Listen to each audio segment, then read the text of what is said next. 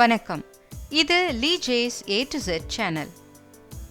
சிறுநீரகம் நிரந்தரமாக செயலிழந்தவர்களுக்கு டயாலிசிஸ் சிகிச்சை முறைகளும் பலன் தராத போது இந்த நிலையை ESRD end stage renal disease அல்லது ESKD end stage kidney disease, அதாவது இறுதிநிலை சிறுநீரக நோய்னு சொல்றோம். இவர்களுக்கு சிறுநீரக மாற்று அறுவை சிகிச்சை முறை பரிந்துரைக்கப்படுது. என்னுடைய முந்தைய பதிவுகளில் 2 வகையான டயாலிசிஸ் சிகிச்சை பற்றியும், சிறுநீரகம் எப்படி செயலிழக்கிறதுங்கிறத பற்றியும், சிறுநீரக மாற்று அறுவை சிகிச்சை பற்றியும் தெளிவாக பதிவிட்டிருக்கேன்.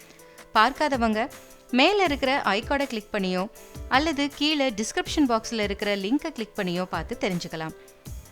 சிறுநீரக மாற்று அறுவை சிகிச்சையில் சிறுநீரகம் ஆரோக்கியமாக உள்ள நபரிடமிருந்தோ அல்லது மூளைச்சாவு அடைந்த நபரிடமிருந்தோ தானமாக பெறப்படுது.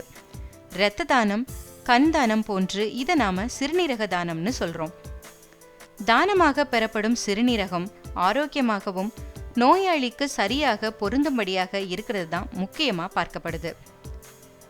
சிறுநீரக தானம் யார் யாரெல்லாம் கொடுக்கலான்னு பார்க்கலாம். முழு ஆரோக்கியமாக உள்ளவர்கள் அனைவருமே சிறுநீரக தானம் செய்யலாம்.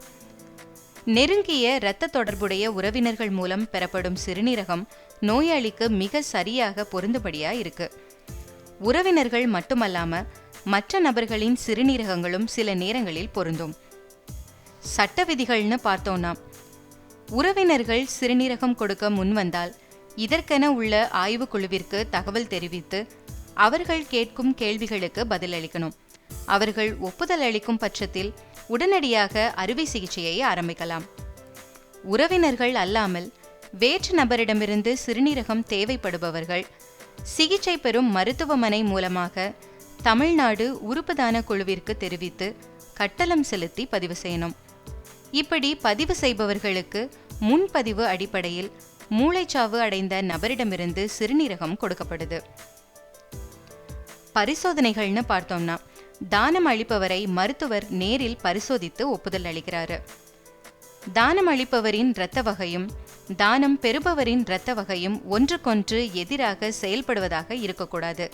இதற்கு சில பரிசோதனைகளையும், இருவரின் திசுக்களும் பொருந்துகிறதா என்றும் இரத்த நின அணுக்கள் ஒத்து இருக்கிறதா என்ற பரிசோதனையையும், தானம் அளிப்பவருக்கும் பெறுபவருக்கும் இரத்தத்தில் காணப்படும் HLA எனும் புரதம் ஒன்று போல இருக்கிறதா என்றும் பரிசோதிக்கப்படுது.